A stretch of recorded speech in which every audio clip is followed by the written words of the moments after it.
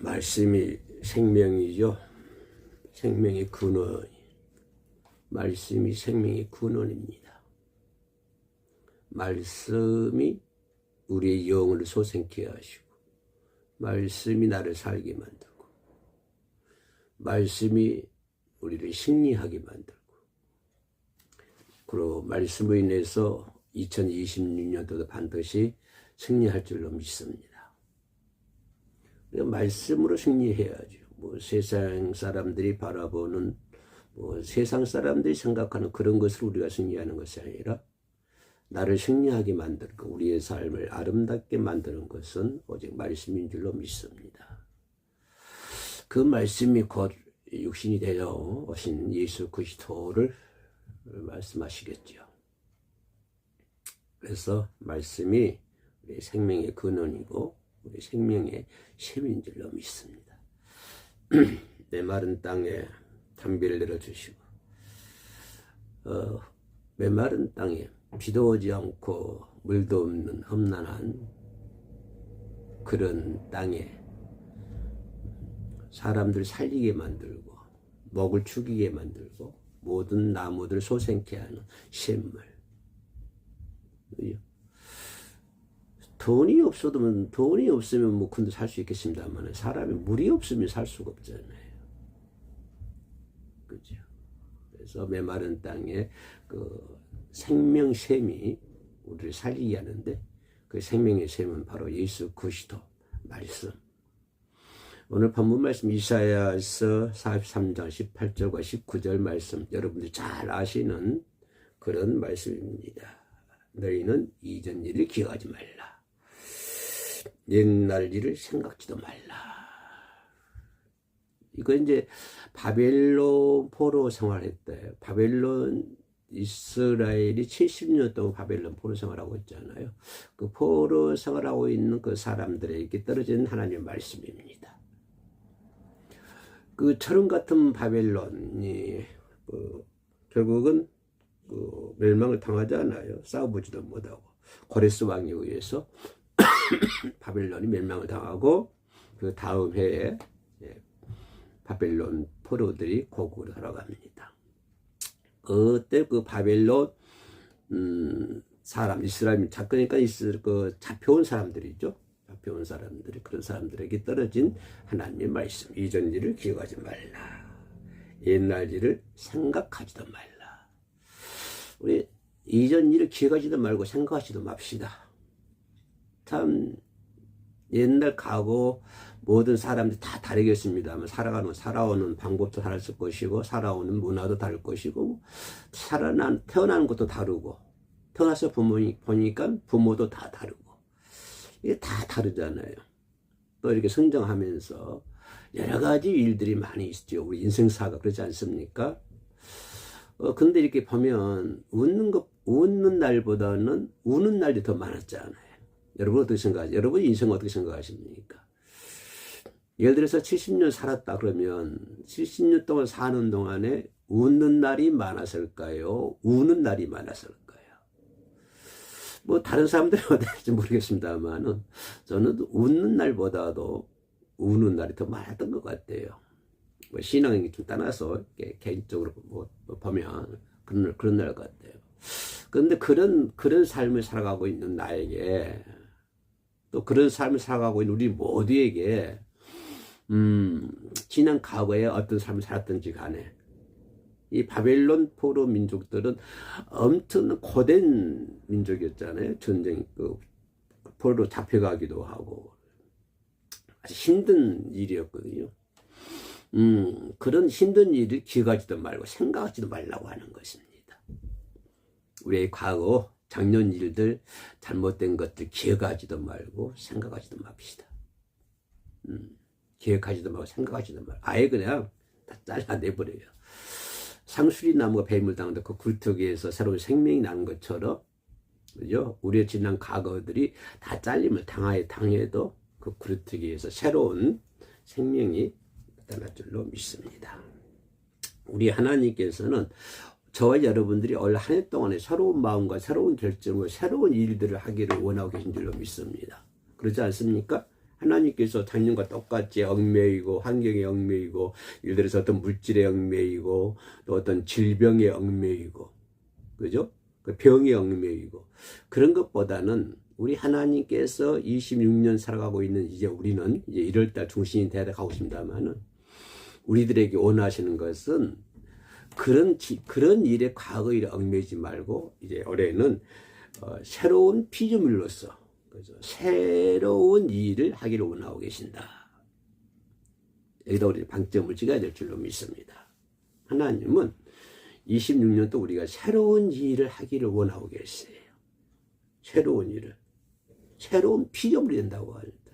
새로운 피조물로서 새로운 피조물을 만드셔가지고 하나님 저 여러분들 올해는 26년도에는 새로운 일들을 하기를 원하고 계신다. 이것이 이 시대에 언어를 살고 있는 저와 여러분들에게 주어지시는 하나님인 줄로 믿습니다. 돌배나무 있잖아요. 돌배나무, 돌감람나무, 돌배나무. 이 돌배나무 일을 하는 사람이 이제 돌나무 짓고 농장이라고 그러나요? 돌배나무 심어놓고 그 돌배나무에다 그냥 거름을 잔뜩 쓰고 정성을 쏟아가지고 열심히 일을 했다 합니다. 그러니까 이 양반이 이제 가을에 이제 그 많은 추수를 얻기 위해서 열심히 거름도 주고 물도 주고 정성을 다해서 나무를 이제 키웠다고 그래요. 근데 웬걸 가을에 보니까 돌배만 100배를 열리는 거예요. 이렇게. 그러니까 이게 씨앗이 잘못된 거예요. 종자가 잘못된 거예요. 잘못된 씨앗, 잘못된 종자를 가지고 거기다 거름을 주고 아무리 정성을 쏟고 모든 걸 전부 다 정열을 쏟아 부어도 결국은 돌배나무밖에 못 얻는다고 하는 것입니다. 그러잖아요. 그러니까 우리가 아무리 뭐 노력을 해서 물질을 보고 권세를 보르고 권세를 받고 기술을 배운다 할지라도 우리가 변하지 않으면 똑같은 열매를 맺을 수밖에 없다고 하는 것입니다. 그 돌배나무 그 농장 주인은 온 정성을 다 쏟았지만 결국은 돌배나무만 잔뜩 얻는 거예요. 우리도 마찬가지입니다. 우리가 변하지 않아요. 새로워지지 않으면 똑같이 아무리 정성을 쏟고 열심을 다해도 결국은 얻은 것이 뭐냐면 돌배나무밖에 얻을 수가 없다고 하는 것입니다. 그러면 우리가 어떻게 해야 되느냐? 예수 그리스도와 접붙임이 되어야 된다고 하는 것입니다. 예수 그리스도 접붙임이 되어야 돼요. 그래야만이 예수 그리스도는 참 감람나무잖아요.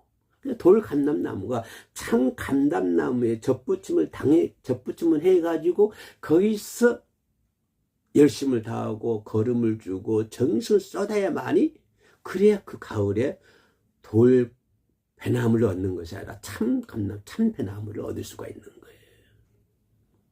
그러니까 중요한 우리는 예수 그리스도와 내가 접붙임이 되어야 된다. 예수는 참 감람나무요, 나는 돌감람나무이기 때문에 돌감람나무인 내가 예수님과 접붙임 되어야만이 예수께서 원하시는 하나님이 원하시는 열매를 맺을 수가 있다고 하는 것입니다.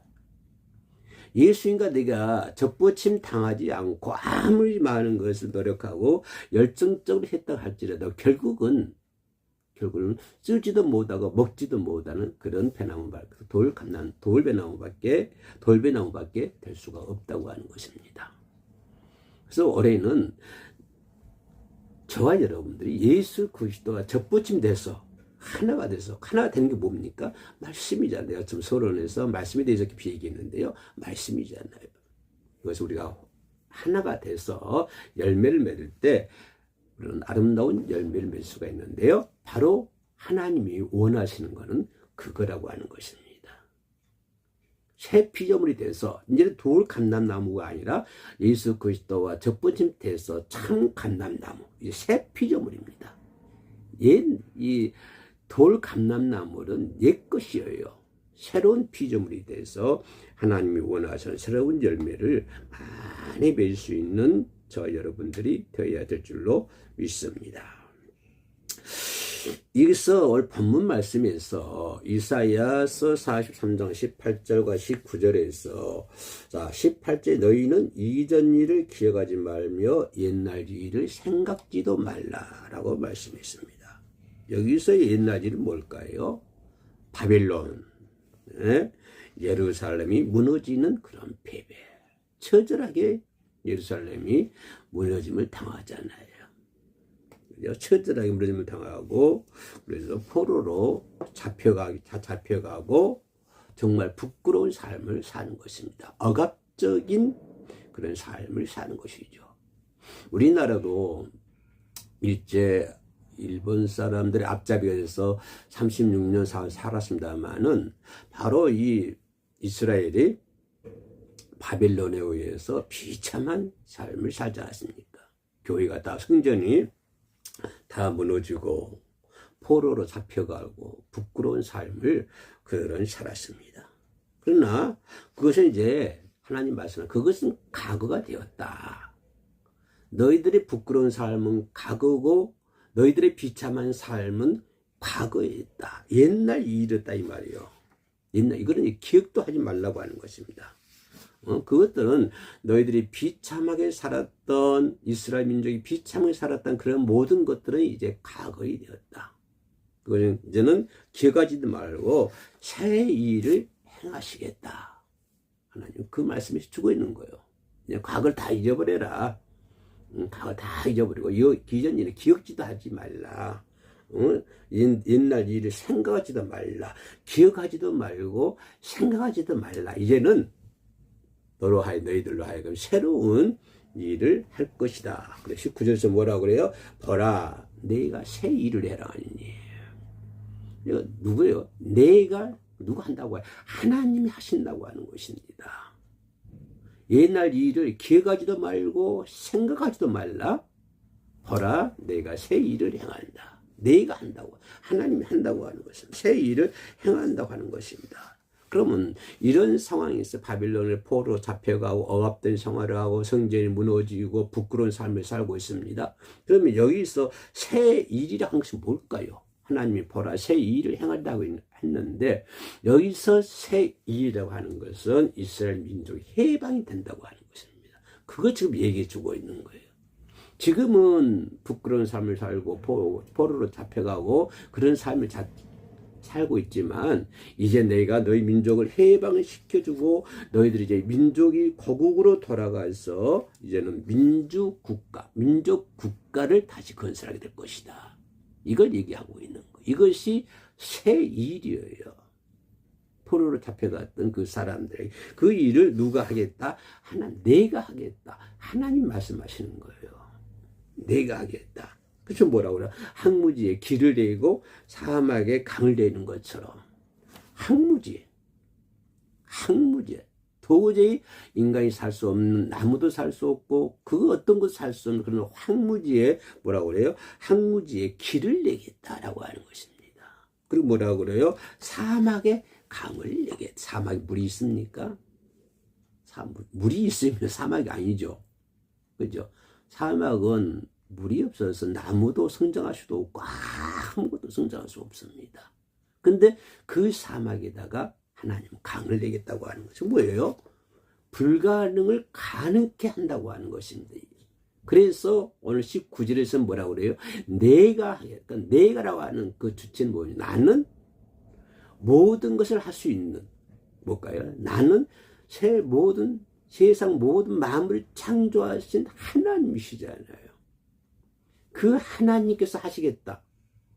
광야에 뭐예요? 항무지에 길도 내고 사막에 강을 내겠다. 이거는 인간으로 불가능한 일이지만 그러나 하나님이 내가 하겠다고 하는 하나님이 하시면 하는 거예요. 하나님이 하시면 사막에도 강이 나타나는 거예요. 사막에 강을 생기는 거예요. 하나님이 하시면요 항무지도 길을 뚫려요. 도저히 가능성이 없고 할 수도 없고 아무것도 할 수 없는 전무한 상태임에도 불구하고 하나님이 하시면 뭐든지 할 수 있습니다. 그래서 성경은 19절에서 뭐냐, 내가 하겠다 그 말입니다. 내가 하겠다. 올 한 해도 여러분을 통해서 하나님께서 하실 줄로 믿습니다.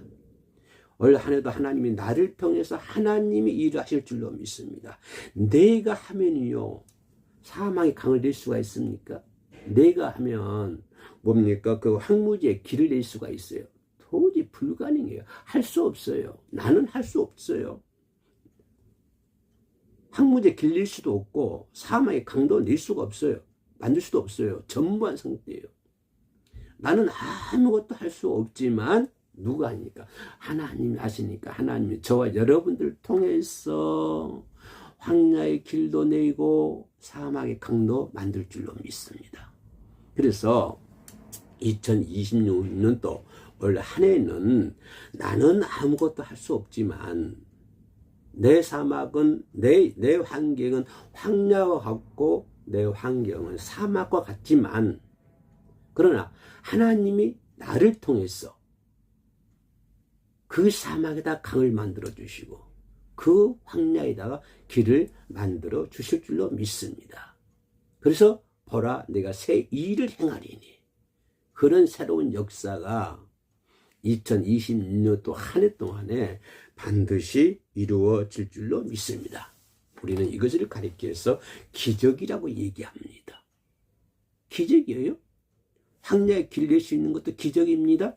사막에 강을 만드는 것도 기적입니다. 그런 기적 같은 역사가 올 한 해 동안에 저와 여러분들의 삶을 통해서 반드시 나타날 줄로 믿습니다. 그럼 누가 하시는 거예요? 내가 하는 것이 아니라 이사야 43장 19절 말씀하신 것처럼 내가 한다. 하나님께서 하실 줄로 믿습니다. 어려운 일들이 많이 있습니다. 살다 보면 물질적인 어려움도 있고요. 인간관계의 어려움도 있고 막힌 것도 있고 있습니다. 황야 같고 광야 같습니다. 내 삶이 황야 같고 광야 같아요. 그러나 하나님 이런 모든 것은 이제 다 옛 것이다라고 해요. 이제 이런 일을 기억하지도 말라. 이제는 올 한 해 동안에는 놀라운 일들이 저와 여러분들 통해서 나타날 줄로 믿습니다. 하나님의 놀라운 일들을 만들 수 있는 한 해가 되시기를 주의 이름으로 축원합니다.